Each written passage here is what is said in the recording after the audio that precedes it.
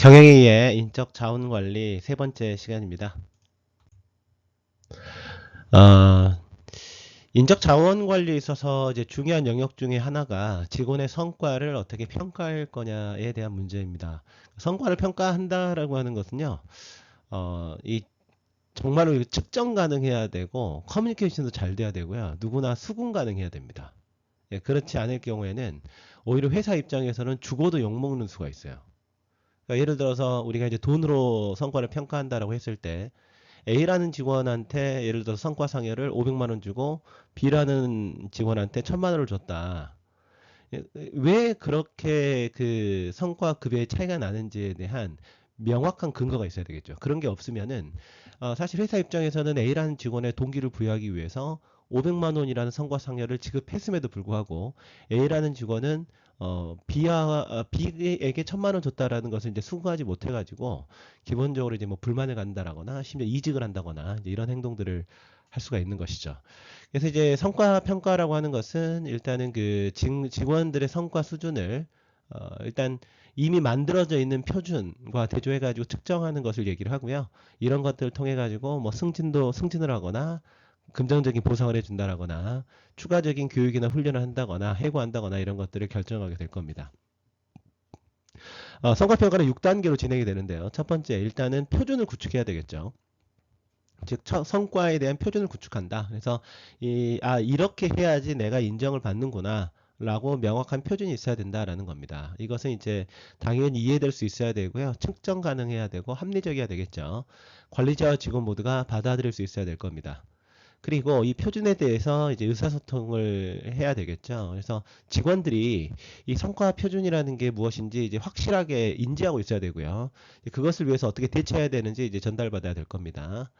그리고 이제 세 번째는 이제 성과를 이제 평가를 하는 거죠. 그래서 이제 표준과 대조를 해보는 거고, 그리고 이제 네 번째는 그 평가된 결과물에 대해서 이제 직원들하고 이제 토의를 해야 됩니다. 이제 커뮤니케이션 해야 되겠죠. 그래서 이제 예를 들어서 이제 한 직원이 있다. 그럼 관리자가 성과가 이런 식으로 측정이 됐다. 그리고 앞으로 이렇게 하는 데서 좋겠다. 이런 식으로 좀 지도를 해야 되겠죠. 그리고 이제 개선 조치를 취해야 될 겁니다. 그래서 이 성과 평가를 통해서 업무를 이제 더 잘할 수 있도록 내지는 향후 성과가 더 좋아질 수 있도록 이제 개선 조치를 해야 될 것이고 여섯 번째는 이제 평가 결과를 이제 상벌에 적용해야 되겠죠. 그래서 이걸 통해 가지고 승진이 될 수도 있고 금전적인 보상을 받을 수도 있을 겁니다. 예를 들어보면 이제 삼성전자 같은 경우는 이제 그 컬처 인덱스라는 게 있는데요. 그러니까 우리가 예를 들어서 이제 그 조직에 대한 관리자들한테 너 조직 관리 잘해라라고 얘기해봐야 백날 소용없다 이거예요. 공정한 인덱스를 만들어 가지고 이걸 이제 그 오픈을 시켜놓게 되면 알아서 잘한다라는 겁니다.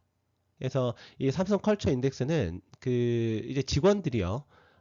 뭐 비공개 형태로 이렇게 설문을 하거든요. 그래서 그 모든 부서에 대한 만족도를 산출하고 조직을 평가하게 됩니다. 그래서 이제 5단계 척도로 이제 설문조사를 하게 되는데 예를 들어서 이러한 질문에 매우 나쁘다, 나쁘다, 보통이다, 좋다, 매우 좋다 이런 이제 5단계 설문조사를 하는 거죠.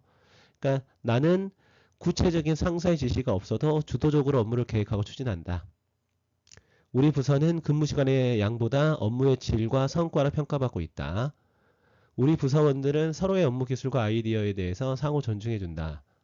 나는 우리 부서에서 일하는 것이 자랑스럽다. 이런 이제 다양한 어떤 이런 질문에 의해서 직원들이 이렇게 그 설문을 합니다. 그러면 각 부서별로 여기에 대한 어떤 설문에 대한 평균이라든가 이런 것들이 이제 나오겠죠. 그래서 이런 인덱스 숫자를 가지고 관리자랑 이제 이 인덱스가 잘 나오게 되면은 관리자가 조직 관리를 잘하고 있는 거고 이 인덱스에 대한 숫자가 잘 나오지 않는다. 그럼 관리자가 조직 관리를 못하고 있는 거잖아요. 이제 이런 식으로 인덱스를 만들어서 이제 활용하는 이런 방법들이 이제 삼성전자에서 이루어지고 있습니다. 자, 그리고 이제 직원 보상 프로그램을 보면 일단은 이제 당연히 이제 보상을 해줘야 되겠죠. 그래서 기본적으로 이제 기업들은 이제 고객들에 대한 경쟁도 하지만은 우수한 인재들을 유치하기 위해서 경쟁을 합니다. 당연히 이제 능력 있는 직원을 유인하기 위해서는 그만큼의 어떤 보상을 해줘야 되겠죠. 그래서 이제 어떻게 보면 많은 조직에서 가장 비용이 많이 들어가는 것 중에 하나가 될 겁니다. 뭐 병원이라든가 호텔이라든가 항공사 이런 서비스 조직은 당연히 노동 집약적이고 인건비 비중이 높을 거고요. 그리고 이제 자동차, 철강 같은 분야의 직원들은 특히 이제 유럽같이 이제 노동이사제가 이제 되어 있는 그런 곳에서는 회사가 뭐 이렇게 좋지 않은 상황일 때 오히려 이제 그런 노동이사들이 직원들을 설득해가지고 뭐 기득권을 좀 반환하는, 예를 들어 임금 삭감을 받아들인다라거나 이런 행동들을 하기도 합니다. 이런 이제 보상과 혜택 프로그램의 목표는 당연히 이제 인재를 채용하는 것이고, 그리고 이제 인센티브를 제공함으로 인해서 보다 더 이제 높은 생산성을 달성할 수 있도록 동기부여를 해주고요. 그리고 이제 가치가 높은 직원들, 성과가 높은 직원들이 다른 회사로 이제 가지 않도록 좀 이제 유지해주는 이런 역할들을 하게 되고, 그럼 이제 시장에서 경쟁력이 당연히 유지가 되겠죠. 그리고 이제 직원들한테 특히 이제 미국 같은 경우는 건강보험이 우리나라처럼 국민건강보험이 있는 게 아니라 회사에 있을 때 직장보험 형태로 되어 있거든요. 그래서 건강보험과 401k와 같은 그 퇴직연금 이런 것들을 통해서 재정적인 안정성을 제공합니다. 우리나라에서도 이제 뭐 회사에서 단체보험 혜택을 제공한다거나, 우리나라도 이제 퇴직연금이 있으니까 이제 그런 이런 형태로 이제 보상을 해준다, 이렇게 보면 되겠죠. 유럽의 노동이사제는 뭐 다른 게 아닙니다. 그러니까는 그 이사에 노동자 쪽에서 이렇게 이사를 추천해가지고 이제 이사회에 참여를 합니다. 그러면 이제 어떤 장점이 있느냐? 회사의 회계적인 상황을 이해할 수가 있죠. 그러니까 회사가 현재 매출이 어떻게 일어나고 있고, 어떤 문제점이 있고, 실제 이제 앞으로 발전하려면 어떻게 해야 될까? 이걸 이제 노동이사들이 잘 알고 있습니다. 그래서 회사의 방향에 대해서 의사를 이제 개진하기도 하고, 그리고 이제 또 반대로 어떤 상황이 벌어지냐면, 예를 들어서 이제 폴크스바겐이 실제 이제 배출가스 조작 사건으로 인해 가지고 기본적으로 주가가 이제 큰 폭으로 떨어지고 이제 문제가 좀 있었죠.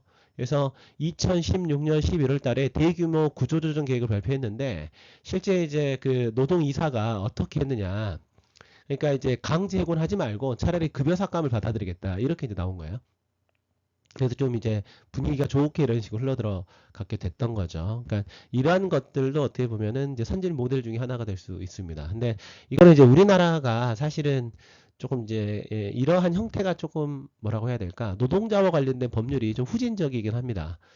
그러니까는 우리나라 대한민국 헌법의 제33조를 보게 되면, 근로자는 근로조건의 향상을 위해서 자주적인 단결권, 단체 교섭권, 단체 행동권을 가진다, 이렇게 되어 있죠. 그러니까 노동자들 자체가 실제 이제 사용자, 회사 측하고의 어떤 권력 관계에 있어서 차이가 나기 때문에 이런 단체 교섭권을 허용해 준 겁니다. 그런데 우리나라가 실제적으로 이제 어떤 부분들이 있냐면, 근로자들이 이제 파업을 했을 때 사용자 입장에서 뭐 조금이라도 불법적인 요소가 있으면 소송을 걸어가지고 엄청나게 이제 손해배상 판결을 받아내는 이런 것들이 악용이 됐었어요. 그래서 이제 노란봉투법이라고 해가지고 이러한 어떤 그 사용자들의 이제 무제한적인 그 손해배상, 노조에 대한 손해배상을 제한하는 이런 법률을 올렸는데 대통령이 거부권을 행사했죠. 이 노란봉투법이라고 하는 것은 그 2014년도에 쌍용차가 파업을 했을 때 그 회사에서 노조원들한테 손해배상을 걸어가지고요, 무려 47억 원의 손해배상 판결이 났습니다. 노조원들이 돈이 어디 있겠습니까? 그래서 이제 시민들이 성금을 모아가지고 노란 봉투에 담아가지고 이제 보냈던 것이 어떻게 보면 이제 이름이 이제 이런 식으로 됐는데, 이번 국회 때 좀 이러한 어떻게 보면 이제 국민들이 조금 이렇게 그 약자들이 무엇인가 좀 잘 살 수 있는, 내지는 좀 평등하게 살 수 있는 이런 것들은 조금 통과가 돼야 되지 않을까 싶은데요. 뭐 개인 의견입니다. 그리고 이제 미국 의료보험의 문제점들을 보게 되면 이러한 문제점들이 있죠. 그러니까는 이제 우리나라는 이제 국민건강보험 적용을 받다 보니까 뭐 그 심지어는 코로나 같은 경우도 다 무상으로 다 처리해주지 않았습니까? 그런데 그 의료보험이 없는 미국 사람이 말하는 코로나에 걸렸다, 그럼 병원 치료를 받는다면 도대체 얼마를 내야 되느냐? 우리나라 돈으로 약 9천만 원을 내야 된다라는 거예요. 그러니까는 실제 이제 미국 보험 가입자의 55%가 직장을 통해서 보험에 가입되어 있고, 개인으로 가입하려고 하면 진짜 100만 원 넘어가고 그렇다고 하더라고요. 그러니까는 이 보험 가입자가 직장 보험으로 되어 있는데, 아까 이제 그 미국이 이제 코로나 때 실업률이 급격하게 상승하거든요. 그래서 실제 이런 사람들이 기본적으로 이제 병원에 가게 되면 너무나 많은 이제 그 병원비를 내야 되니까 병원비 때문에 파산하게 되는 이런 일들이 좀 벌어지고 있는데, 이것 때문에 이제 미국 직장들이 사실 하고 있는 일이 많은 겁니다. 자, 그럼 이제 지원 보상 프로그램을 조금 더 들어가 가지고 급여 시스템을 한번 살펴보겠습니다. 회사가 급여 시스템을 이렇게 설계할 수가 있는데 가장 일반적인 건 진짜 급여죠. 그래서 우리나라 같은 경우는 뭐 월 단위로 계산된 고정급여를 준다거나 아니면 뭐 주 단위, 격주 단위 이렇게 이제 정해진 돈을 주는 것이 이제 급여일 것이고, 그리고 이제 그 시간제 직원이나 일당 직원 같은 경우는 이제 뭐 해당 시간 내지는 근무한 일 이런 기준으로 이제 계산을 하겠죠. 그리고 이것과 약간 다르게 어떻게 성과에 따라서 이제 그 돈을 주는 제도 중에 하나가 이제 성과급제일 겁니다. 그래서 그 시간이나 일에 따라서 급여를 제공하는 것이 아니라 일정한 성과에 따라서 급여를 제공하는, 그래서 효율적이고 생산적으로 일할 수 있는 이제 동기급여를 제공하는 이런 측면들이 있을 거고, 이 커미션 제도는요. 그러니까 이건 이제 약간 무언가 이제 판매하는 사람한테 주는 건데 판매량에 비례해서 커미션 형태로 급여를 주는 제도입니다. 그래서 성과급제랑 좀 유사한데, 예를 들어서 이제 보험 설계사가 있다. 보험 설계사 같은 경우는 예를 들어서 자기가 판매하는 보험 상품의 월 보험료의 일정 퍼센트를 커미션으로 가져가거든요. 그러니까 총 사업비가 있고 일정한 이제 부분을 커미션으로 가져가는 거죠. 그래서 실제 이제 많이 이제 보험을 판매하는 사람들이 이제 돈을 많이 버는 이런 구조로 되어 있습니다. 그리고 보너스 제도 같은 경우는요, 어떤 이제 목표를 정해놓고 초과 달성을 하게 됐을 때 수여되는 추가적인 급여 내지는 비금전적인 보너스 뭐 이런 것들이 있을 수가 있을 겁니다. 삼성전자 같은 경우는 이러한 보상 철학이 있다라고 해요. Pay by performance, promotion by potential. 그러니까 이게 무슨 얘기겠습니까? 어, 성과를 냈다면 금전적으로 보상을 하고, 그 사람의 어떤 그 미래의 잠재 가능성이 있다면 승진을 시켜라라는 거예요. 그러니까는 그 우리는 이 성과와 향후 발전될 잠재력과 혼동하는 경향이 좀 있습니다. 이게 잘못돼 버리면 이제 어떤 문제가 벌어지는 줄 아세요? 예를 들어서 그 어떤 회사가 뭐 삼성전자로 쳐볼게요. 반도체 뭐 예를 들어서 사업이 있는데 어느 날 반도체가 어느 어떤 해에 반도체가 엄청나게 잘 팔렸습니다. 많이 팔렸습니다. 이거는 성과가 아주 높게 난 거죠. 그러면 이제 반도체가 잘 팔렸다라고 하는 것은 그 회사의 직원들이 잘한 것도 있겠지만 사실은 단순히 글로벌 경기가 워낙 좋아가지고 반도체에 대한 수요가 많아졌기 때문에 이제 성과가 늘었을 수도 있죠. 그러니까 정말로 그 직원들의 역량 때문인지 아니면 외부 요인인지를 판단하기 어렵다라는 겁니다. 그래서 성과가 난 부분들은 돈으로 보상을 해야 되는 거야. 근데 성과가 나가지고 사실은 돈도 주고 승진까지 시켜버리는 일들이 있어요.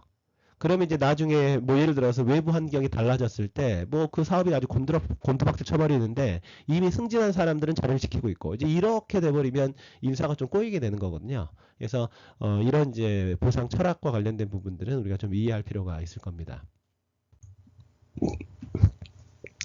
자, 그리고 이제 그 직원 보상 프로그램 중에 또 어떤 것들이 있냐면, 자, 이익 분배가 있고 목표 달성 분배가 있는데요. 이익 분배는 뭐 성과 급여에서 가장 흔한 형태죠. 기업이 일정 정도 이익을 낸 겁니다. 그러면 거기에 일정 퍼센트를 직원들에게 제공하는 거죠. 그래서 기업이 어떤 이익이 발생한 부분들에 대해서 이미 정해져 있는 퍼센티지에 입각해서 일단 이제 그 직원들에게 돈으로 지급하는, 그래서 성과급여의 가장 흔한 형태라고 볼 수가 있고, 목표 달성 배분은요, 예를 들어서 어떤 우리가 그 해당 상품의 품질을 뭐 예를 들어 A등급을 달성하자, 내지는 고객 만족도를 높이자, 생산량을 늘리자. 그래서 이런 구체적인 목표를 정해놓고 그걸 달성했을 때 보너스를 제공하는 이런 것들이 이제 목표 달성 배분이 될 겁니다. 그 이제 스톡 옵션 같은 경우는 이제 정해진 기간 동안에 정해진 가격으로 회사의 주식을 살 수 있는 권리를 볼 수가 있는데, 뭐 예를 들어서 뭐 직원이 회사에 근무하는 동안에 만주 회사 주식을 1만 주에 살 수 있는 권리를 받았다. 그러면 예를 들어서 회사의 주가가 10만 원 올랐다. 그럼 직원은 스톡 옵션 권리를 활용해 가지고 그 주식을 사면 되겠죠. 이런 이제 스톡 옵션 같은 경우는요. 그 예를 들어서 이럴 때 활용할 수가 있습니다. 스타트업 기업이에요. 그러면 우수한 인재를 채용하고 싶은데 급여를 많이 주기가 어렵잖아요. 그러면 이제 당신이 우리 회사에 와서 일을 해가지고 우리 회사 잘 되면 스톡 옵션을 얼마를 주겠다. 이런 식으로. 그렇게 되면 이제 주식을 확보해 가지고 경영진으로 갈 수도 있는 거고, 아니면 이제 외부에서 어떻게 보면 직원들을 이제 채용을 할 때 단순히 돈만 주는 것이 아니라 이렇게 이제 지분 형태를 이제 제공하는 이러한 것들이 이제 스톡 옵션을 활용하는 방법이 될 수가 있습니다. 그리고 일단 팀으로 보상하는 방법도 있겠죠. 어떤 팀이 기본적으로 그 기존의 어떤 성과를 넘어서게 됐을 때 이익을 주는 건데, 저도 이제 응원하는 야구팀이 있는데, 이런 식으로 예를 들어서 야구팀이 우승을 한다. 그러면 이제 KBO에서 받는 배당금이 있고, 근데 여기에 이제 물론 규정으로 정해놓긴 했어요. 어느 이상까지 보너스를 주면 안 된다. 규정을 정해놓긴 했는데, 일단 구단 보너스 합쳐가지고 이제 팀에게 보상을 하죠. 그러면 여기에서 감독, 코치, 그리고 이제 선수를 나눕니다. A 등급, B 등급, C 등급 이런 식으로 나눠가지고 그 등급에 따라서 이런 식으로 이제 돈으로 보상을 하는 이런 형태가 이제 팀에 대한 보상이 될 수가 있겠죠. 뭐 예를 들어서 이럴 수가 있을 겁니다. 그러니까 이제 팀에 대해서 보상을 할 때 기능을 기본으로 한 보상이 있어요. 그래서 예를 들어서 이제 팀 멤버가 있는데 그 전체가 잘 이제 그 교육 훈련을 시켜가지고요 새로운 기능을 배우고 그 적용을 한다. 그럼 이제 보상을 인정해 주는 거죠. 뭐 예를 들어서 이스트만 케미컬 같은 회사 같은 경우는 자사의 팀이 뭐 기술적이거나 사회적이거나 업무 지식 기능 면에서 숙달되면 보상을 해준다고 합니다. 다만 이제 아무래도 기능을 기본으로 한 보상은 일단 제도가 복잡할 수 있고요. 기능을 익혔다고 해가지고 이게 바로 성과로 연결되지 않을 수 있죠. 그러니까 이거 자체가 이제 결점일 수 있습니다. 그러니까 예를 들어서 금융권에서 자격증을 땄다고 잘 판매하는 게 아니거든요. 네, 이런 부분이 있을 수가 있습니다. 그리고 이제 일반적인 것은 이제 이익 분배 제도라고 볼 수가 있죠. 그러니까 기존에 어떤 성과가 있는데 그걸 초과 달성했을 때 보너스를 제공하는. 그러니까 예를 들어서 뉴코스틸 같은 경우는 그러니까 결함 없이 생산된 철강의 총량 이걸 기준으로 보너스를 지급한다라고 합니다. 근데 이제 이렇게 돼버리면 어떤 문제가 있냐면 그 어떤 그 한계치가 있는 경우에는요. 직원들이 이제 목표에 만족할 정도로 성과를 향상시킬 수 있는데 그 돈을 지급하지 않는 영역에 가면 그 이상 안 하는 게 있을 수가 있고 그 다음에 이제 팀 참여에 있어서 팀원들이 균등하지 않을 수가 있잖아요. 참여도가. 이럴 때는 뭐 예를 들어서 팀이 개인적인 보상의 종류를 좀 결정하게 하는 이런 식으로 좀 활용할 수도 있겠다. 이렇게 말씀을 드리겠습니다. 그리고 요즘에는 이제 직원들을 채용할 때 업무 시간을 좀 자유롭게 선택하는 이런 형태를 통해 가지고 우수한 인재를 유치하는 그런 회사들도 있거든요. 그러니까 과거와는 다르게 금전적인 것도 보상이지만 시간을 유연하게 해주는 것도 엄청난 보상일 수 있기 때문에 그렇습니다. 예를 들어서 근무시간 자유선택 제도라는 게 있죠. 그래서 직원들이 일정 정도 근로시간만큼 일한다면 어떤 시간에 일할지 선택하는 자유를 주는 제도입니다. 그러니까 예를 들어서 그러니까 그 뭐 하루에 예를 들어서 8시간 일한다. 근데 언제 출근하는지를 예를 들어 정해주는 거예요. 예를 들어서 뭐 7시부터 오전 뭐 7시부터 뭐 4시까지 일한다라거나 아니면 뭐 11시부터 오후 8시까지 일한다라거나 이렇게 할 수가 있겠죠. 그러면 예를 들어서 좀 나는 일찍 와서 일하는 게 능률이 오른다. 좀 일찍 갈 것이고 나는 아이가 있어서 아이를 이렇게 뭐 오전에는 내가 어린이집에 바래다 주고 난 좀 늦게까지 일한다. 뭐 이런 식으로 설정할 수도 있겠죠. 이런 이제 자유 선택 제도는요. 당연히 이제 모든 사람이 동시에 일을 해야 되는 조직. 뭐 예를 들어서 조립 라인은 공정한다라거나 이런 데 적합하지 않고요. 관리자들이 더 장시간 일을 해야 되는 단점이 있을 수가 있습니다. 그러니까 직원을 이제 돕고 관리해야 되니까. 그리고 이제 아무래도 출근 시간대가 달라지게 되면 직원 간 커뮤니케이션이 쉽지 않고 조금 이 시간대를 좀 악용하는 직원이 발생할 수가 있죠. 이런 이제 장단점이 있습니다. 그리고 이제 압축된 주 근로 시간이 있는데, 예를 들어서 한 일주일에 근무하는 시간은 정해놓고 하루 단위로 얼마나 일할지를 본인이 이제 정하는 겁니다. 뭐 예를 들어서 하루에 8시간 일하고 뭐 주말을 보낸다. 대신에 하루에 10시간 일하고 나는 더 길게 쉬겠다. 이렇게 할 수가 있겠죠. 근데 이런 것들이 이제 압축된 주 근로 시간이 될 수가 있다. 이렇게 보시면 되겠죠. 그리고 이제 요즘에 이제 재택근무도 이제 많이 늘어나고 있는데 재택근무는 당연히 이제 장점도 있고 단점도 있습니다. 조직 입장에서의 장점은 실제적으로 이제 생산성을 높일 수가 있다는 장점이 있습니다. 그러니까 아무래도 이제 이미 집에서 일을 하고 있으니까 뭐 부재될 확률도 좀 적고요. 직무 만족도도 높고 업무 성과도 높여서 생산성을 이제 높일 수가 있고, 그리고 아무래도 이제 일할 수 있는 직원에 대한 풀을 높일 수 있는 장점도 있고요. 사무실에 대한 비용 절감이 되는 그런 장점들이 있겠죠. 다만 업무 성과 평가를 하는 것이 어려워질 수 있고요. 그리고 이제 회사 내 어떤 커뮤니케이션이 조금 어려워질 수 있습니다. 그리고 이제 보안 문제 같은 것들이 발생을 하죠. 개인의 입장에서는 이제 재택근무를 하게 되면 당연히 출퇴근 시간 절약할 수 있고, 뭐 의류 비용 같은 거 절약할 수 있고, 그다음 막 불필요한 인간관계를 안 해도 되죠. 그렇죠? 그리고 이제 일과 가정의 어떤 균형을 유지하는 장점이 있을 수가 있지만, 다만 이제 커뮤니케이션이 잘 안 되기 때문에 네트워크로부터 좀 이탈된다 이런 느낌, 그리고 이제 승진에 대한 불안감 잘 보지를 못하니까, 그리고 이제 교육 훈련이 잘 되지 않는 이런 문제점들이 벌어질 수가 있습니다. 사회적 입장에서는 이제 불필요한 이동을 하지 않으니까 좀 뭐 교통 정체라든가 뭐그 지역 안에 네트워크가 잘 되어 있는 부분들이 있겠지만, 좀 이제 다른 부분들, 그렇죠? 그러니까 주거단지 안에서 일을 하다 보면 좀 발생하는 좀 다양한 문제점들이 있을 수 있으니까 이런 것들을 좀 참고하면 되겠습니다. 일정 조정 제도는요, 이런 겁니다. 그러니까 이제 두 사람의 비상근 직원들이 한 명분의 일을 한다라고 보시면 돼요. 그러니까 예를 들어서 한 명분의 일을 자녀를 양육하는 부모와 시니어 직원들이 연계해서 일을 하는. 그래서 이럴 경우에는 아무래도 이제 전일제로 일을 하지 못하는 사람이라든가 일을 선호하지 않는 사람도 있거든요. 이런 사람한테까지 고용기회가 확대되는 장점이 있을 수가 있고, 그리고 이제 장기적으로 결근한 거나 지각이 감소할 수가 있겠죠. 그리고 이제 경험 있는 사람들이 사실은 이런 업무 공유 제도가 있으면은 계속 회사에서 일을 할 수 있는데, 이런 게 없어서 나 풀타임 일을 못해 해서 이직하는 걸 좀 방지할 수 있습니다. 다만 단점은 당연히 더 많은 사람들을 고용해야 되니까 이런 사람들을 이제 훈련하고 동기부여하고 감독해야 되는 이런 문제점이 있을 수가 있다, 이렇게 보면 되겠죠. 실제 이렇게 주 4일 근무제를 하는 이런 회사들은요, 만족도가 높다라고 합니다. 휴넷 사례인데 한번 이런 부분을 읽어보면 좋을 것 같고요. 다만 이제 우리가 한 가지 이제 생각을 해봐야 될 것이, 우리나라의 경우에는 일단 기본적으로 너무 근로 시간이 길고 성차별 문제가 존재한다라는 겁니다. 이런 상황에서 69시간 얘기를 하고 했으니 좀 당황스럽죠. 연 근로 시간이요, 기본적으로 다른 나라들에 비해서 월등하게 깁니다. 그래서 하루 일하는 시간도 많을 뿐만 아니라 주당 40시간 이상 일을 하는 근로자들의 비율도 상당히 높고요.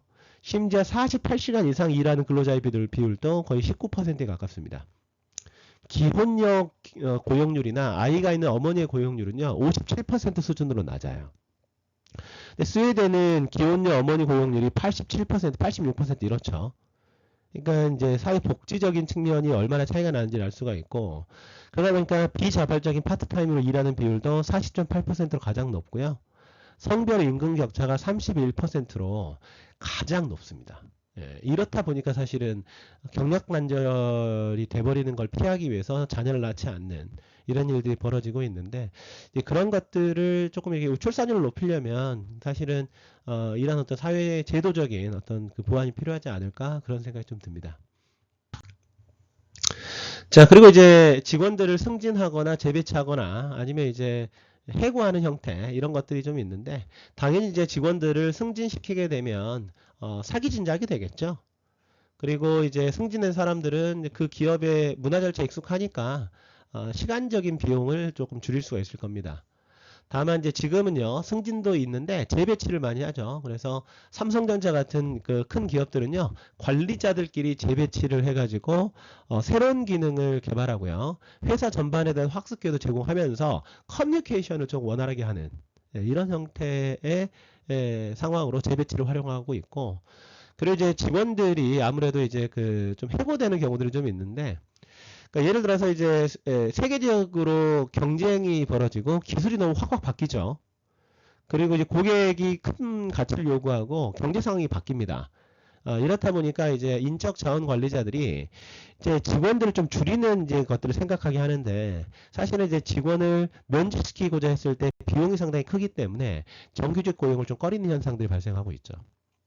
기본적으로 이렇게 미국 같은 경우 코로나 때요, 실업률이 급격하게 상승하는 이런 일들이 벌어졌는데, 이런 것들이 어떻게 보면 이제 신자유주의적인 미국의 상황을 그대로 보여주는 거다, 이렇게 보시면 되겠습니다.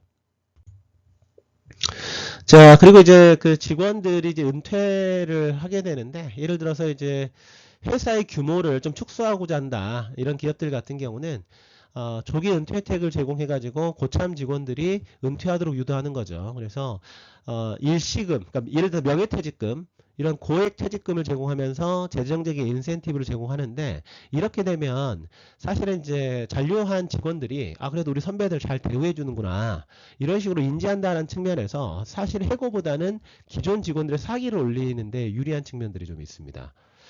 그리고 이제 재능 있는 직원들이 이직을 했다.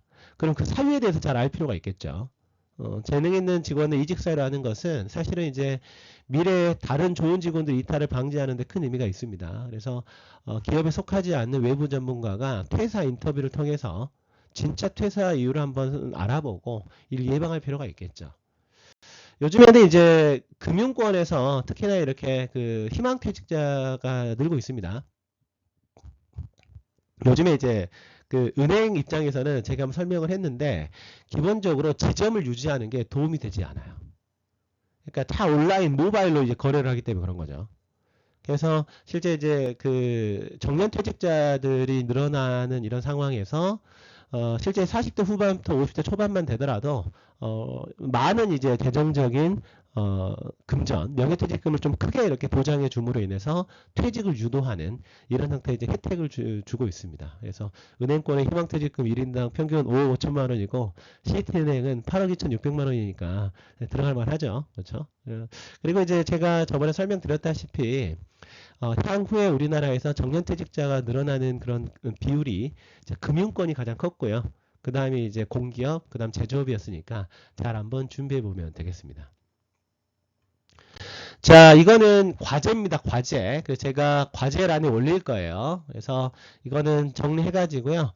리포트를 작성을 해가지고요. 올려주기 바랍니다. 1번은 뭐냐.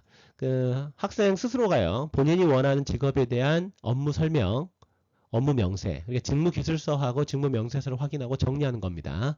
2번은 본인이 원하는 직업 또는 이제 회사의 채용 과정에서 우대 사항이 있는지 확인하는 겁니다. 그리고 세 번째, 현재 본인 상황을 수합 분석하는 거예요. 나의 강점, 약점, 기회, 위험 요인을 정리하는 거죠. 그리고 네 번째는요, 1번과 3번을 기반으로 해서 향후 내가 무엇을 준비하고 어떻게 발전해 나갈지 정리하면 되겠습니다. 그래서 이러한 부분들에 대한 과제, 이건 과제니까요, 평가 점수가 있으니까 작성을 해가지고 올려주면 되겠습니다. 자, 10주차 강의 듣느라 수고 많았습니다.